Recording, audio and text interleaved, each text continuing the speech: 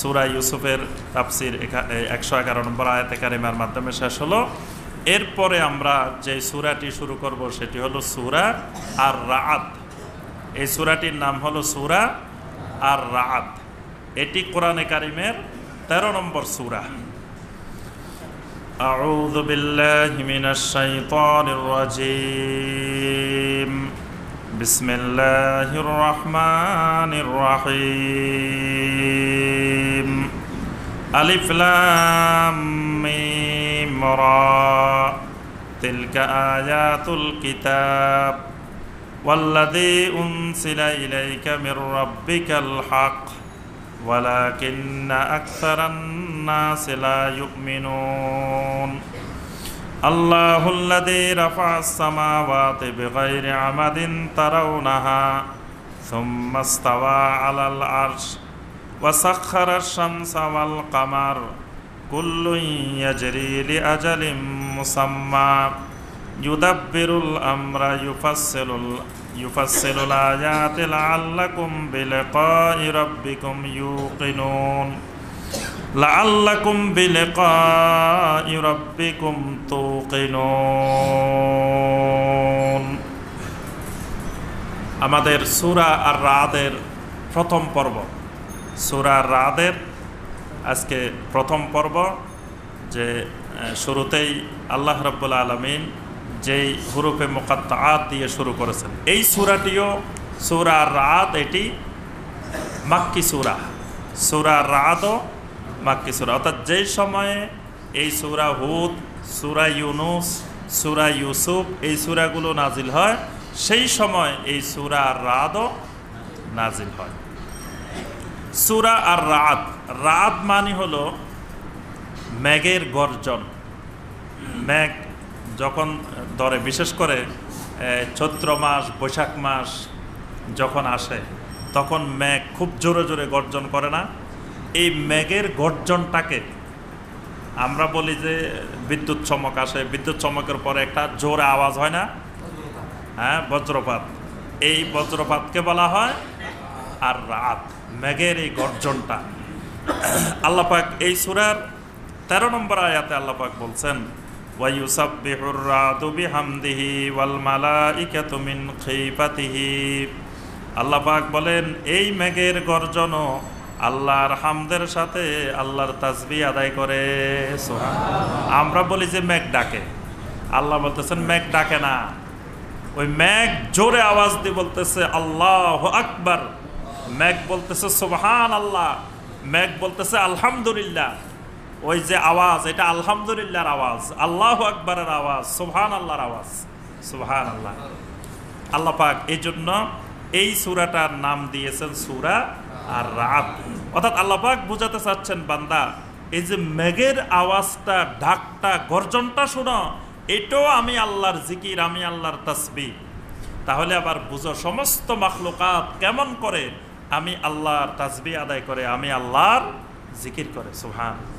মোরগ ডাক দে, মোরগ ডাক দে না ফজরের সময়? সেই আমরা বলি যে মোরগ ডাক দিচ্ছে, আসলে মোরগ আল্লাহর জিকির করে, আল্লাহর তাসবিহ আদায় করে। কুকুর ডাক দে, কুকুর চিৎকার দে, আমরা বলি যে কুকুরের চিৎকারে ঘুমাইতে পারতেছি না, কুকুর আল্লাহর জিকির করে। এমনিভাবে আল্লাহর যত মাখলুকাত আছে, সমস্ত মাখলুকাত আল্লাহ রাব্বুল আলামিনের তাসবিহ আদায় করে, আল্লাহর হামদ আদায় করে। এটা বোঝানোর জন্য আল্লাহ পাক এই সূরাটির নাম রেখেছেন সূরা আর রাদ। এরপরে আল্লাহ পাক বুঝাইছেন যে এই মেঘের গর্জন থেকে অনেক কিছু শিক্ষণীয় বিষয় আছে। এই মেঘের গর্জন যখন শুরু হয় তখন বোঝা যায় খুব জোরে একটা ঝড় তুফান আসবে, বোঝা যায় না? মেঘ যখন এরকম করা শুরু করে তখন মানুষ আগে থেকে বুঝতে পারে যে জোরে একটা ঝড় তুফান আসতে পারে, অন্ধকার হয়ে কালবৈশাখী ঝড় আসতে পারে, তারপরে আপনার জোরে বৃষ্টি আসতে পারে। মানুষ আগে থেকে এরকম প্রস্তুতি নেওয়া শুরু করে, যে তাড়াতাড়ি বাড়ি ঘরে চলে যেতে চেষ্টা করে বা অফিস আদালত থেকে বের হয়ে যায়, এরকম তার একটা প্রস্তুতি শুরু হয়ে যায়। আল্লাহ পাক বোঝাতে চাচ্ছেন, বান্দা এরকম তোমার সামনে বড় বড় কতগুলা গর্জন আসতেছে, বড় বড় বিপদ আসতেছে। 1 নম্বর রাত, 1 নম্বর গর্জন যেটা, সেটা হলো সাকারাতুল মাউত, মাউতের গর্জন। চলে আসবে যে কোনো মুহূর্তে, মাউতের সাকারাত এটা চলে আসবে। কবরের গর্জন, কবর শুধু গর্জন দিতেছে আর খুঁজতেছে, কই বেটা আসে না কেন? কবর তোমার জন্য অপেক্ষা করতেছে। তোমার দৌড় কোন পর্যন্ত? মোল্লার দৌড় কোন পর্যন্ত? আপনাদের দৌড় কোন পর্যন্ত? আল্লাহ কুমত্তাকাসুর হাত্তা জুরতুমুল মাকাবির। আল্লাহ বলেন বান্দা তোমার দৌড় সর্বোচ্চ কবরস্থান পর্যন্ত, এর থেকে বেশি আর যেতে পারবা না। দেখবেন মসজিদ যেখানে আছে কবরস্থান সেখানে আছে, কবরস্থান যেখানে আছে, তাহলে মোল্লার দৌড় যেখানে আপনারও সেখানে, কাছে কিনারে, বেশি দূরে না। মসজিদ পর্যন্ত দৌড়াইলে আপনার দৌড়ো কবরস্থান পর্যন্ত, এর বেশি আর যেতে পারবেন না। আল্লাহ পাক বলেন আল্লাহ কুমত্তাকাসুর হাত্তা জুরতুমুল মাকাবির। হয়তো কারো দৌড় এই সরকার বাড়ি মসজিদ, কারো দৌড় এই কবরস্থান, এটাই তো, এর থেকে বেশি আর কোথাও না। তাহলে এই কবরস্থান, কবর অপেক্ষা করতেছে, কবর তোমার জন্য বসে আছে যে কোন সময় আমার ওই কাঙ্ক্ষিত লোক এসে যাবে, ভালো করে তারে হালুয়া রুটি বানানো যাবে। কবরের ছাপ, দক্তাতুল কবর, কবরের একটা কঠিন ছাপ আছে, সে ছাপ দেওয়ার জন্য, যেটা এই পাশের পাঁজর ডান পাশের হাড্ডি বাম পাশে চলে যাবে, বাম পাশেরটা ডান পাশে চলে আসবে, এই ছাপ দেওয়ার জন্য কবর অপেক্ষা করতেছে। এইটাও একটা মেঘের গর্জনের মতো।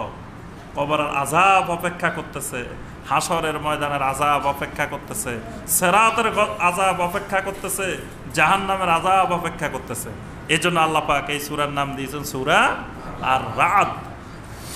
আল্লাহ পাক এই সূরাটিও শুরু করেছেন হুরুফে মুকাত্তাআত দিয়ে।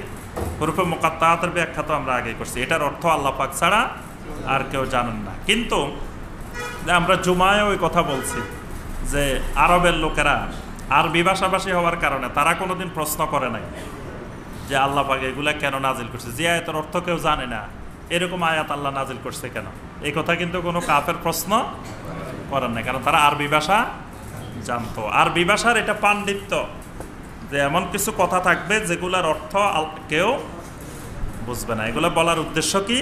মানুষের দৃষ্টি আকর্ষণ করা। ধরেন এখানে আমরা সবাই কাজকর্ম নিয়ে ব্যস্ত আছি, মসজিদে আসি, দুইজনে আলাপ করতেছি, তিনজনে আলাপ করতেছি, বিভিন্ন কথাবার্তা নিয়ে ব্যস্ত। এখন এইদিকে আমি তাফসীর শুরু করব, তো শুরু করার সময় আগে কিছু সিগন্যাল দিতে হবে, একটা গলা খাকর দিতে হবে বা কিছু বলতে হবে। তখন আপনারা কেমন যায় শুরু হচ্ছে তাফসীর, এদিকে কথা বন্ধ করো, আসো এদিকে শুনো। এই যে মনোযোগ সৃষ্টি করার জন্য আরবি ভাষায় প্রথম এমন কিছু কথা বলতে হয় যেগুলা না শুনলেও ক্ষতি নেই, মানে আপনার শোনাটা মিস হয়ে গেছে, মিস হলে কোনো ক্ষতি হবে না, কারণ এটার অর্থ আপনার জানার দরকার নেই। এই জন্য আল্লাহ পাক তখন একটা গুরুত্বপূর্ণ কথা দুনিয়াবাসীকে শোনাবেন। দুনিয়াবাসী কেউ চাকরিতে ব্যস্ত, কেউ কাজে ব্যস্ত, কেউ বিভিন্ন কিছুতে ব্যস্ত, কেউ খাওয়ায় ব্যস্ত। তখন আসমান থেকে একজন ফেরেশতা আসি বলতেছে আলিফ লাম মিম রা। এটার অর্থ হলো দুনিয়াবাসী শুনো, সতর্ক হও, কাজকর্ম বন্ধ করো, তোমাদেরকে একটা গুরুত্বপূর্ণ কথা আল্লাহর পক্ষ থেকে শোনানো হচ্ছে, এই কথাটা শোনার জন্য প্রস্তুতি নাও। এখন আপনি তাড়াতাড়ি কি বললো, এই কি বললো, আপনি যেটা বলে ফেলছে এটা না শুনলে অসুবিধা নেই, এটার অর্থ জানার আপনার দরকার নেই, কিন্তু আপনাকে উদ্দেশ্য হলো সতর্ক করা যে পরের কথাটা শুনো, আসল কথাটা শুনো। এটাকে বলা হয় হুরুফে মুকাত্তাআত। আল্লাহ পাক কোরআনে কারিমে যত জায়গায় দেখবেন হুরুফে মুকাত্তাআতের পরে যে কথাটা বলেন, গুরুত্বপূর্ণ কথাটা, সেটা কিসের কথা বলেন? কোরআনের কথা বলেন। আলিফ লাম মিম যালিকাল কিতাবু লা রাইবা ফি ইয়াসিন ওয়াল কুরআনিল হাকিম, কোরআনের কথা, কিতাবের কথা। ঠিক এখানেও আল্লাহ পাক আলিফ লাম মিম রা তিলকা আয়াতুল কিতাব, এগুলো হলো আল্লাহর কিতাবের আয়াত, আল্লাহর কিতাবের কথাই বলছেন। ওয়াল্লাযী উনজিলা ইলাইকা মির রাব্বিকা আল হক, আল্লাহ বলেন তোমার রবের পক্ষ থেকে যা কিছু নাজিল করা হয়েছে এই সবগুলা হলো হক, অর্থাৎ কোরআন হলো একমাত্র হক, সত্য সহকারে নাজিল। ওয়ালাকিন্না আকসারান নাস লা ইউমিনুন, কিন্তু দুনিয়ার অধিকাংশ মানুষেরা কোরআনের উপরে ঈমান আনে না। আল্লাহ বলতেছেন আমি হক নাজিল করছি, সত্য সহকারে কোরআন নাজিল করছি, কিন্তু পৃথিবীর অধিকাংশ মানুষ কোরআনের উপরে ঈমান আল্লাহুল্লাযী রাফা'আস সামাওয়াতি বিগাইরি আমাদিন তারাউনাহা। এখন যে আল্লাহ কোরআন নাজিল করছেন সেই আল্লাহর পরিচয় জানা দরকার আছে না? না হয় এই চিঠি এটা কার থেকে আসলো, কে পাঠাইলো? কোরআনে কারিম তো একটা চিঠি। কোরআনে কারিমকে আল্লাহ বলছে ইন্না হাযিহি তাযকিরা, এটা হলো একটা টিকেট। তাযকিরা মানে টিকেট। দেখবেন যে ওই যে গালফেয়ার, অ্যারাবিয়ান যে বিমানগুলো আছে না, এগুলোর যে টিকেট সেখানে আরবিতে লেখা থাকে তাযকিরা। তাযকিরা মানে টিকেট। কোরআনও একটা টিকেট। আল্লাহ বলছে ইন্না হাযিহি তাযকিরা, এটা তোমাদের জন্য একটা টিকেট। এই টিকেট কিসের? জান্নাতের টিকেট। ইন্না হাযিহি তাযকিরা, এটা তোমাদের জন্য জান্নাতের একটা টিকেট, এই কোরআনে কারীম। এখন যিনি এই টিকেটটা দিলেন উনি কোন অথরিটি, কে, তার পরিচয় জানতে হবে না? কোরআনের মধ্যে সবচেয়ে বেশি আলোচনা কিসের উপরে? মারিফাতুল্লাহ, মারিফাতুল্লাহ আযজা ওয়া জাল্লা, আল্লাহর পরিচয়। আল্লাহকে তা আল্লাহ পাক আল্লাহর নিজের পরিচয় আল্লাহ নিজে তুলে ধরতেছেন। এখানে অনেকগুলো পরিচয় দিয়েছেন আল্লাহ পাক।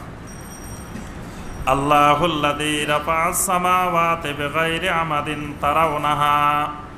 আল্লাহ পাক বলেন আমি আল্লাহর একটি বড় পরিচয় হলো আমি আসমানগুলাকে উপরে সুউচ্চে রেখে দিয়েছি, বিগাইরি আমাদিন, কোনো প্রকারের খুঁটি ছাড়া, ফিলার ছাড়া।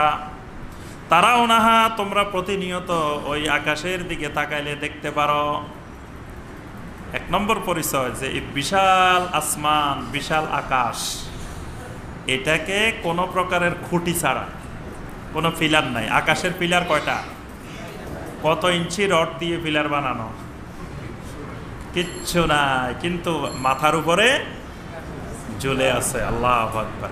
আল্লাহ বলতেছেন এইটা আমার এক নম্বর পরিচয়, যে আকাশের দিকে তাকালে আমাকে পাইবা, দেখবা যে বিশাল আকাশ ঝুলে আছে, কিন্তু বেগাইরে আমাদিন, কোনো জায়গাতে কোনো খুঁটি নেই।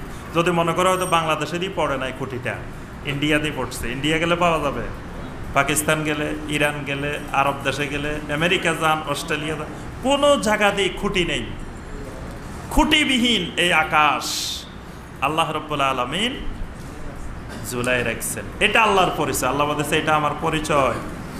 সুম্মাস্তাওয়া আলাল আরশ, আবার সেই আকাশের উপরে আমি আল্লাহর আরশে আজিম, আমি আল্লাহ সেই আরশে আজিমে আরোহণ করি, এটাও আমার আল্লাহর পরিচয়।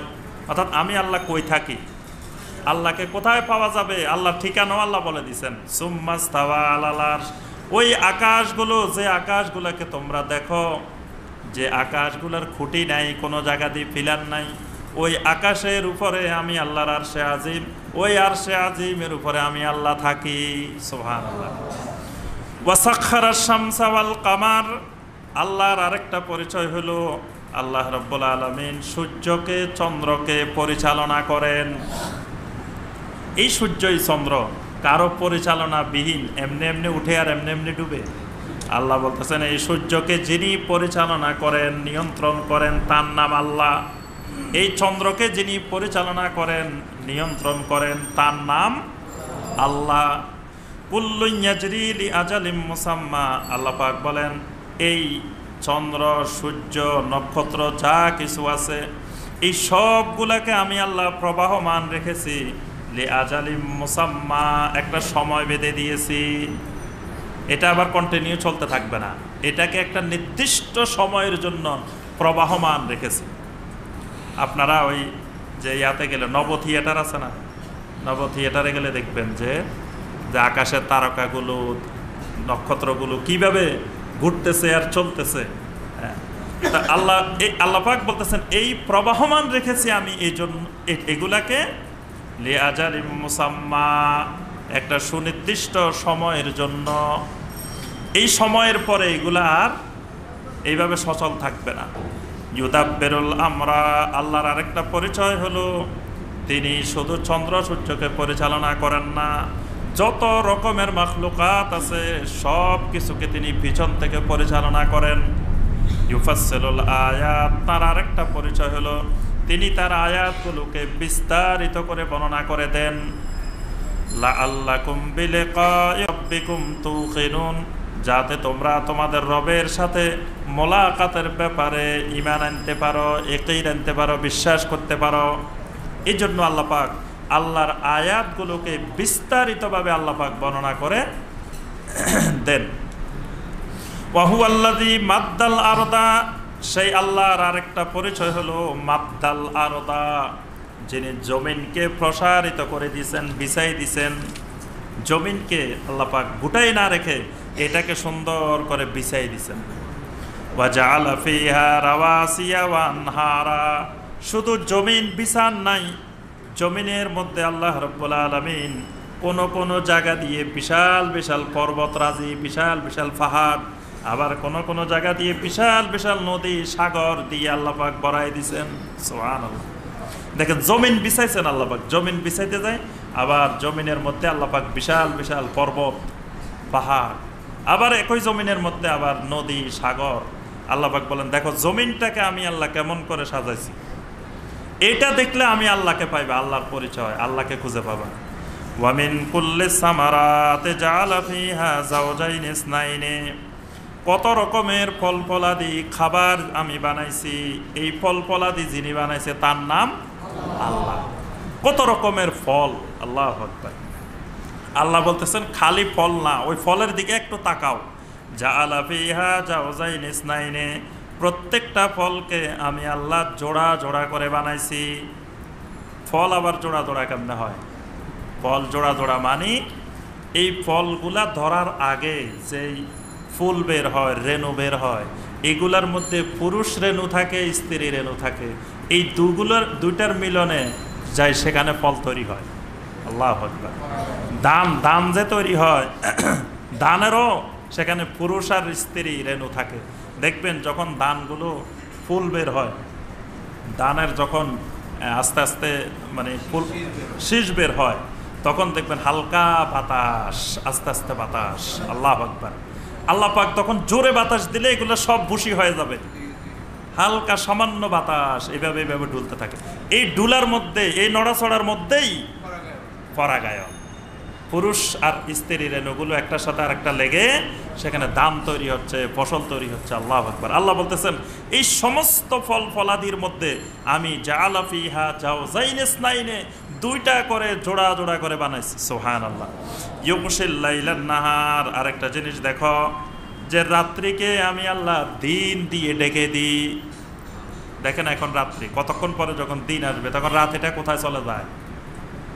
এই জন্য একবার কাফেররা এসে নবী সাল্লাল্লাহু আলাইহি ওয়াসাল্লামকে প্রশ্ন করছিল, আচ্ছা তুমি বলতেছ যে যে আসমান জমিন আল্লাহর আরশ, যে ওয়াসিয়া কুরসিয়ুহুস সামাওয়াতি ওয়াল আরদ, আল্লাহর কুরসি সমস্ত আসমান জমিন ব্যাপৃত। তারপরে জান্নাতের ব্যাপারে বলা হয়েছে ওয়া জান্নাতিন আরদুহা সামাওয়াতু ওয়াল আরদ, জান্নাতের প্রস্থ হইল আসমান জমিনের দৈর্ঘ্যের মতো। তাহলে এই বিশাল জান্নাত, এই বিশাল, এগুলোই তো জায়গা পূর্ণ হয়ে যায়, তাহলে আর জাহান্নাম থাকবে কোথায়? জান্নাতেই যদি দুনিয়া আখিরাতের সমান হয়ে যায়, আল্লাহর আরশই যদি, কুরসি যদি সবই হয়ে যায়, তো জাহান্নাম থাকবে কোথায়? তা আল্লাহ রাসূল সাল্লাল্লাহু আলাইহি ওয়াসাল্লাম বললেন যে শোনো, যখন রাত আসে তখন দিন থাকে কোথায়? দিন আসলে রাতটা থাকে কোথায়? দিন আসলে যেমন রাতও আছে, রাত কোথায় থাকে? রাত এক জায়গায় না এক জায়গায় তো আছে। আবার রাত আসলে দিন থাকে। ঠিক এরকমই নবী সাল্লাল্লাহু আলাইহি ওয়াসাল্লাম জবাবটা দিলেন এইভাবে, ইন্না ফি যালিকা লাআয়াতিল লিকাওমিন ইয়াতাফাক্কারুন। আল্লাহ পাক বলেন এই সব কিছুর মধ্যে যারা কওমে তাফাক্কুর, যারা চিন্তা গবেষণা করে, তাদের জন্য অসংখ্য আয়াত, অসংখ্য নিদর্শন আল্লাহ পাকের মধ্যে নিহিত রেখেছেন। সুবহানাল্লাহ। যেই ফলগুলো আল্লাহ বের করেন, দেখেন এক এক ফলের মধ্যে আল্লাহ পাক এক একটা স্বাদ, এক এক মজা, এক এক ফলের এক এক স্বাদ, অথচ সবগুলো একই জমিন থেকে বের হচ্ছে। এরপর আয়াতে আল্লাহ পাক এগুলো বলছেন। আল্লাহ পাক আমাদের সবাইকে কোরআনে কারিমের এই আয়াতগুলোর আলোকে আমল করার তৌফিক দান করুন। আল্লাহ পাক আমাদের সবাইকে আল্লাহর পরিচয় জানার তৌফিক দান করুন। সবাইকে আল্লাহর ইবাদত বন্দেগীতে জীবন কাটানোর তৌফিক দান করুন। আল্লাহ পাক আমাদের ঈমানকে সহি করার, বিশুদ্ধ করার তৌফিক দিন। আল্লাহ পাক আমাদের আমলকে সংশোধন করার, ইসলাহ করার তৌফিক দিন। সবাইকে আল্লাহ পাক কোরআনের মাধ্যমে অন্তরের যেই বড় বড় রোগগুলো আছে সেই রোগগুলো থেকে আল্লাহ শেফা দান করুন। আমাদের মধ্যে যারা অসুস্থ আছেন সকল ভাইকে আল্লাহ পাক কোরআনের বরকতে সুস্থতা দান করুন। আমিন ইয়া রাব্বাল আলামিন। সুবহানাকাল্লাহুম্মা বিহামদিকা আশহাদু আল্লা ইলাহা ইল্লা আনতা আস্তাগফিরুকা ওয়া আতুবু ইলাইক। একজনের হারাম নিয়ে এত গবেষণার দরকার কি? আগে নিজেরটা থেকে মুক্ত হই। ঈসা আলাইহিস সালামকে বিপদে ফেলানোর জন্য ওই যুগে এক জানাকারীকে ধরে আনছে ঈসা আলাইহিস সালামের কাছে, আনি বলতেছে আল্লাহর শরীয়ত অনুযায়ী একটু বিচার করে দেন। ঈসা আলাইহিস সালামের কাছে বলতেছে এমনি আল্লাহ শরীয়ত মানে না, কিন্তু জানাকারীকে ধরে নিয়ে আসছে যে আল্লাহর শরীয়ত একটু বিচার করে দেন। ঈসা আলাইহিস সালাম বুঝতে পারছেন যে এদের ষড়যন্ত্র, মানে ঈসা আলাইহিস সালাম আল্লাহর শরীয়ত অনুযায়ী বিচার করব, পরে রাষ্ট্র ওই যুগের যিনি রাষ্ট্রপ্রধান তার কাছে যাই বলবো যে দেখো ঈসা তোমার দেশের আইন মানে না, সে নিজে আইন বানায় বিচার করছে। এই তাকে ঝামেলায় ফেলানোর জন্যই বিচারের জন্য আসছে। তো ঈসা আলাইহিস সালাম বললেন যে শোনো, আল্লাহর আদালতের আল্লাহর রায় হলো যে তাকে 100 বেত্রাঘাত করতে হবে, তবে বেত্রাঘাতটা এমন লোকে করতে হবে যে লোকে জীবনে কোনোদিন জানা করে নাই। তোমাদের মধ্য থেকে একটা লোক নিয়ে আসো যে জীবনে জানা করে নাই। এখন সবগুলো আস্তে আস্তে পলায়, মানে যেগুলো নিয়ে আসছে সেগুলোই সবগুলো জানাকারী বিচারের জন্য যারা নিয়ে আসছে। এখন ওই রকম লোক কোথায় পাওয়া যাবে যে জানাই করে নাই? ওই রকম লোক দিয়ে শাস্তি দিতে হবে। এইরকম লোকও নাই, শাস্তিও নাই। তো ঈসা আলাইহিস সালাম চিন্তা করে, অনেক গবেষণা করে, আর নবী তো আল্লাহর পক্ষ থেকেই তো নবীরা ওহী পান, এই জন্য ওহীর আলোকে বলছেন যে ঠিক আছে তার শাস্তি হবে এটাই, তবে তোমাদের মধ্যে যারা আছো আল্লাহর কসম করে বলবা যে আমি জীবনে কোনোদিন জানা করিনি, এই কসম করে আমার কাছে আসবা, আসার পরে সে শাস্তিটা দিবা। এখন আস্তে আস্তে সবগুলা বলাই গেছে, একটাও নাই আর। তো এখন ওই আলেমে হারাম খায়, অমুকে হারাম খায়, এত গবেষণার আপনার দরকার কি? দরকার হলো আগে নিজে বাঁচেন, নিজে হারাম খান কিনা বা পরিবার পরিজন হারাম খান কিনা, এটাই আমাদের চেষ্টা করা উচিত। আর যদি কোনো আলেম হারাম খান তো এটা তার ব্যাপার, এটার জবাব তিনি দিবেন, আপনাকে তো এটা জবাব দিতে হবে না, এটার জবাব তিনিই দিবেন। আর তার থেকে ফতোয়া নেওয়া মানে, ফতোয়া তো তার থেকে নেবেন না, ফতোয়া তো নেবেন কোরআন সুন্নাহ থেকে। উনি যদি আপনাকে কোরআন সুন্নাহ থেকে ফতোয়া দেন, আপনি মানতে অসুবিধা কি? জর্দা দিয়ে পান খাওয়া কি মাকরুহ নাকি হারাম? জর্দার ব্যাপারে ওলামায়ে কেরামের মত হলো জর্দা জায়েজ নাই, জর্দা জায়েজ নাই। জর্দাও তামাক, একটা হলো ধূমপানের মধ্যে তামাকটাকে একটু প্রক্রিয়াজাত করা হয়, আর এটাকে কোনো প্রক্রিয়াজাত ছাড়া সরাসরি খাই ফেলায়। তবে অনেকে দীর্ঘদিন এটা অভ্যাস, অনেকে এটাকে হারাম মনে করেন নাই, না মনে করে এটা খাইলে কিছু উপকারও আছে, অনেকের বিভিন্ন রকমের উপকার থাকে এটার মধ্যে, এই জন্য অনেকে এটা খান, না জেনেই খান। এবং যারা খান এটা মানে হালাল মনে করে খান, এজন্য এটা বুঝতে হবে যে এটা তামাক, এটা আসলে জায়েজ নাই। এজন্য যারা খায় আমরা ছেড়ে দেওয়া উচিত।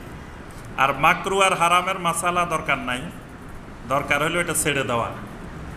কারণ হলো আমরা এখন খুঁজি কোনটা মাকরুহ কোনটা হারাম। সাহাবায়ে কেরাম কখনো মাকরুহ আর হারাম খুঁজতেন না, আল্লাহ রসুল নিষেধ করছেন, বাস এটা কি হারাম না মাকরুহ না কি এটা দেখার দরকার নাই। আল্লাহ রসুল করতে বলছেন, এটা ফরজ না ওয়াজিব না সুন্নত দরকার নাই, করতে বলছেন করতে হবে, নিষেধ করছেন ছাড়তে হবে। ওয়ামা আতাকুমুর রাসূল ফাখুযুহু ওয়ামা নাহাকুম আনহু ফান্তাহু, বাস এটাই হলো ইমানের মূল কাঠি। কিন্তু আমরা খুঁজি এটা সুন্নত না মুস্তাহাব না ওয়াজিব না নফল না হারাম না মাকরুহ। আচ্ছা, এজমাও কিয়াস কি জায়েজ? বুঝিয়ে বলবেন। এজমা কিয়াস তো অবশ্যই জায়েজ, এজমা এবং কিয়াস তো দ্বীনের উপরে চলার জন্য লাগবেই। আর এজমা তো সাহাবায়ে কেরামের যুগে অনেকগুলো বিষয়ে এজমা হয়েছে, শরঈ অনেকগুলো বিষয়ে সাহাবায়ে কেরামের যুগে এজমা হয়েছে। এজমা বিহীন তো উম্মাহ চলতেই পারবে না, মানে শরীয়তের এমন এমন বিষয় পৃথিবীতে আসবে যে বিষয়গুলোর ব্যাপারে ওই যুগের ওলামায়ে কেরাম বসে সিদ্ধান্ত নিতে হবে। তো সেই যুগের ওলামায়ে কেরামদের এজমা লাগবে না। এজমা মানে আবার সবাই 100% একমত হয়ে যাবে এরকম না, অধিকাংশ ওলামায়ে কেরাম যদি একটা বিষয়ের পক্ষে একমত হয়ে যান তখন সেই অনুযায়ী ওখানে আমল হবে। আর কেয়াস তো লাগবেই, শরীয়তের অসংখ্য মাসআলা কেয়াসের উপরে নির্ভরশীল। তবে কেয়াস নিজের মন গড়া করা যাবে না, কেয়াস হবে আল মুস্তামবাতু মিনাল কোরআন ওয়াস সুন্নাহ, কোরআন সুন্নাহ থেকে কেয়াস। কোরআন একটা মাসআলা আছে, ওই মাসআলার উপরে কেয়াস করে আরেকটা মাসআলা, যেটা মুস্তাহিদ ফকিরা করবেন। কেয়াস তো আর আমি আপনি সবাই বসে বসে কেয়াস করা যাবে না, কেয়াস তো করবেন যারা কোরআন সুন্নাহর গবেষক মুজতাহিদ, তারা করবেন। আচ্ছা, 4 নম্বর হলো ডক্টর খন্দকার আব্দুল্লাহ জাহাঙ্গীর রহমতুল্লাহ আলাইহি আরবে কি হাম্বলি মাযহাবে ছিলেন? উনি কোন মাযহাবে ছিলেন এটা আমাদের দরকার কি? উনি হাম্বলি মাযহাবে ছিলেন এই কথা উনি কখনো আমাদেরকে বলেন নাই। উনি হাম্বলি মাযহাবে ছিলেন না, উনি হানাফি মাযহাবে ছিলেন। উনি সবসময় বলতেন যে আমি হানাফি মাযহাব মেনে চলি, আমি হানাফি মাযহাব অনুসরণ করি। কারণ আরবে থাকতে উনি হাম্বলি মাযহাব ছিলেন কিনা সেটা তো আমরা জানি না, কিন্তু বাংলাদেশে উনি হানাফি মাযহাবে ছিলেন। বিতিরের সালাতে দোয়া কুনুত কোনটি পড়তে হবে? বিতিরের সালাতে যে কোনো একটা দোয়ায় কুনুত পড়লেই হবে। আল্লাহুম্মা হদিনি ফিমান হাদায়েত এটাও পড়তে পারেন, আল্লাহুম্মা ইন্না নাস্তাইনুকা ওয়া নাস্তাগফিরুকা এটাও পড়তে পারেন। নবী সাল্লাল্লাহু আলাইহি ওয়াসাল্লাম যতগুলো পড়ছেন ইচ্ছা করলে সবগুলোও পড়তে পারেন, ইচ্ছা করলে যে কোনো একটাও পড়তে পারেন। সঠিক আলেম চিনার উপায় কি? সঠিক আলেম চিনার উপায় হলো যেই আলেম যত বেশি কোরআন সুন্নাহর অনুকূলে। সঠিক আলেম বলতে 100% সঠিক আলেম দুনিয়াতে আর পাওয়া যাবে না। যত দিন আসবে তত বেজাল আলেম পাইবেন, তত আমাদের মধ্যে বেশি বেজাল পাইবেন। কারণ এখন তো আপনার মুরগির মধ্যে বেজাল, গরুর গোশতের মধ্যে বেজাল, সব কিছুতে বেজাল। আপনি আলেম নির্বেজাল পাইবেন কই? সব কিছু বেজাল। তাই আলেমেরা এই সমাজেরই তো অংশ। এই সমাজের বাইরের মঙ্গল গ্রহের মানুষ না তো আলেমেরা, অন্য গ্রহের মানুষ না তো, এই গ্রহেরও তো। তো এই গ্রহে যদি সব বেজাল হয় তো তারা বেজাল হবে না? এই জন্য সাহাবাই কেরামের যুগ নাই, তাবেইনে কেরামের যুগ নাই, তাবেইনে কেরামের যুগ নাই, সালফে সালেহিনের যুগ নাই। এখন আসতেছে ফেতনার যুগ, একের পর এক ফেতনা, সকালে এক ফেতনা, দুপুরে এক ফেতনা, বিকালে এক ফেতনা। তা এখন আপনি এত নির্ভেজাল আলেম পাবেন কোথায়? সবার মধ্যে কম বেশি ভেজাল থাকবেই। তবে যিনি যত বেশি কোরআন সুন্নাহর কাছাকাছি, আমরা তার সোহবতে থাকার, তার থেকে এলেম নেওয়ার আমরা চেষ্টা করব। একই সলাতে একবার বুকের উপর হাত বেঁধে আবার নাভির নিচে হাত বেঁধে সলাত আদায় করা যাবে? যাবে, কোনো অসুবিধা নেই। যেহেতু বুকের উপরে হাত বাঁধার হাদিসও আছে, নাভির নিচে হাত বাঁধার হাদিসও আছে, গলার নিচে হাত বাঁধার সহি হাদিসও আছে, হাত ছেড়ে দেওয়ার হাদিসও আছে, সব রকমের হাদিসে আছে। এবং কোনো হাদিস একেবারে সহি পর্যায়ে পৌঁছে নাই, সবগুলোর মধ্যে দাওয়াত আছে, দুর্বলতা আছে কম বেশি।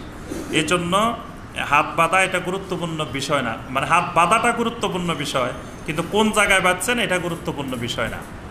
আমরা আমাদের দেশে মানে জায়গা নিয়ে মানে ঝগড়া করি যে কোন জায়গায় বাঁধলাম, কিন্তু আরব বিশ্বে এটা নিয়ে কোনো ঝগড়া হয় না। দেখবেন যে এখানেও বাঁধতেছেন, এখানেও বাঁধতেছেন, মানে হাতটা ধরে রাখতে হবে। হাত ছেড়েও দিচ্ছে, তবে আরব দেশের লোকেরা ছেড়ে দেয় না। ছেড়েটাতে হইলো আফ্রিকান ভাইয়েরা, তারা মালিকি মাযহাবের যারা অনুসারী, এরাই অনেকেই হাত ছেড়ে দেন। কিন্তু হাত ছেড়ে না দিয়ে হাত বেঁধে রাখাটাই উত্তম, ছেড়ে দেওয়ার থেকে বেঁধে রাখাটাই উত্তম। বেঁধে কোন জায়গায় রাখতেছেন এটা মুখ্য বিষয় না, বেঁধে রাখছেন কি না এটাই মুখ্য বিষয়। এবং হানাফি মাযহাবেও তো দুইটাই আছে। হানাফি মাযহাবে বুকের উপরে হাত বাঁধাও আছে, নাভির নিচে হাত বাঁধাও আছে। দোনো হাদিসকে হানাফি মাযহাব গ্রহণ করছেন।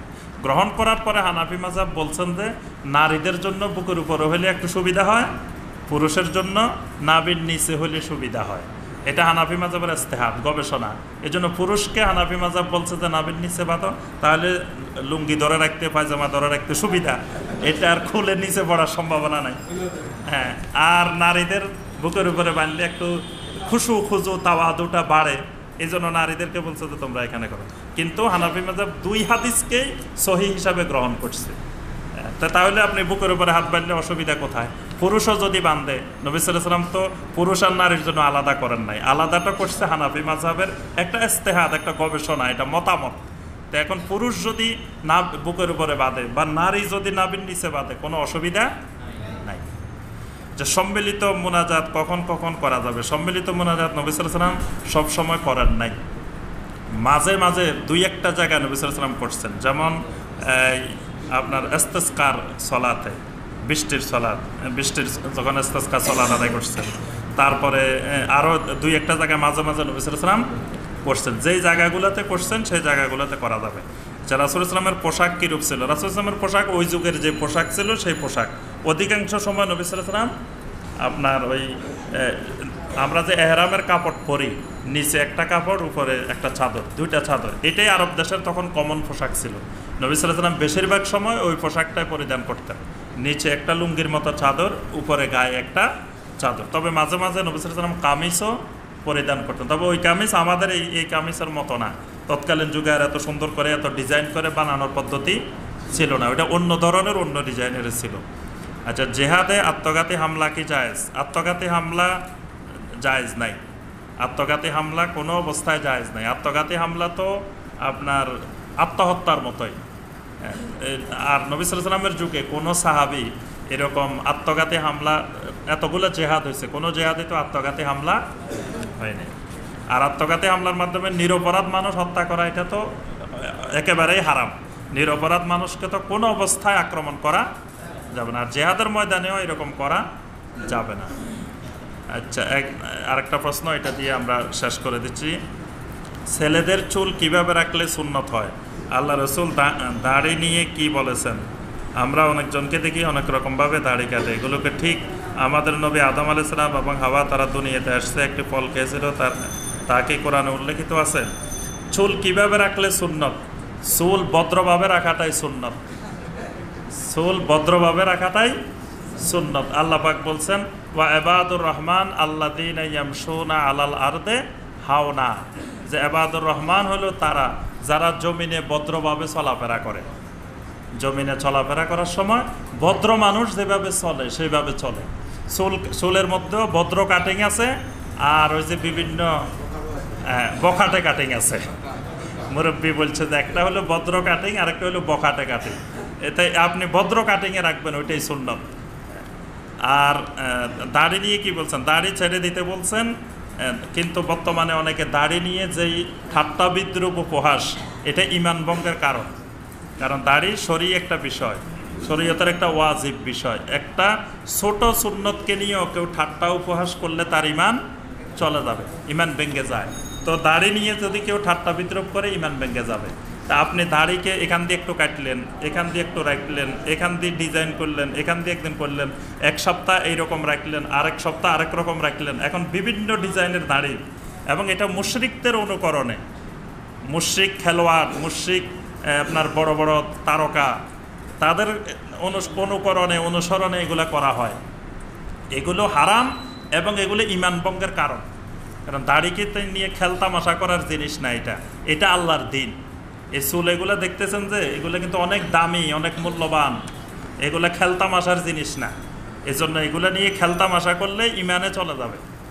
আল্লাহ পাক দমক দিয়েছেন সূরা আল হুজুরাতের 2 নম্বর আয়াতে, ইয়া আইয়ুহাল্লাযীনা আমানু লা তারফাউ আসওয়াতাকুম ফাওকা সাওতিন নবী ওয়া লা তাজহারু লাহু কাজাহারে বা'দিকুম লিবা'দিন আন তাহবাতা আমালুকুম ওয়া আনতুম লা তাশউরুন। আমল সব বরবাদ হয়ে যাবে, টেরও পাইবে না। সুন্নত নিয়ে বেয়াদবি করলে আমল সব ধ্বংস হয়ে যাবে, কিন্তু টেরও পাইবে না। তাহলে আল্লাহ রসুলের ইসলামের একটা জিনিস নিয়ে আপনি খেলতামাশা করবেন, রাখতেছেন না সেটা এক জিনিস, আর রাখেন, রেখে দেন, কিন্তু আপনি বিভিন্ন রকমের মুশরিকদের অনুকরণে আপনি দাড়ি রাখবেন, যেটা রাসূলের অনুকরণ করলেন না, সাহাবীদের অনুকরণ। আপনি দেখবেন যে আমার রাসূল কেমনে রাখছে, সাহাবায়ে কেরাম কীভাবে রাখছে, সেই অনুকরণে রাখবেন রাখলে। কিন্তু এটা নিয়ে খেলতামাশা করা যাবে না, খেলতামাশা করলে ঈমান ভঙ্গের কারণ। আদম আর হাওয়া ফল খেয়েছিলেন, এটা কোরআনে আল্লাহ বলেন নাই। আল্লাহ বলছেন ওয়ালা তাকরাবা হাযিহি শাজারা, গাছের কাছে যাইও না, তারা গাছের কাছে গেছেন। কারণ গাছের কাছে যাই কি করছেন না করছেন সেটা আল্লাহ বলেন নাই। সুবহানাকা আল্লাহুম্মা বিহামদিকা আশহাদু আল্লা ইলাহা ইল্লা আনতা আস্তাগফিরুকা ওয়া আতুবু ইলাইক।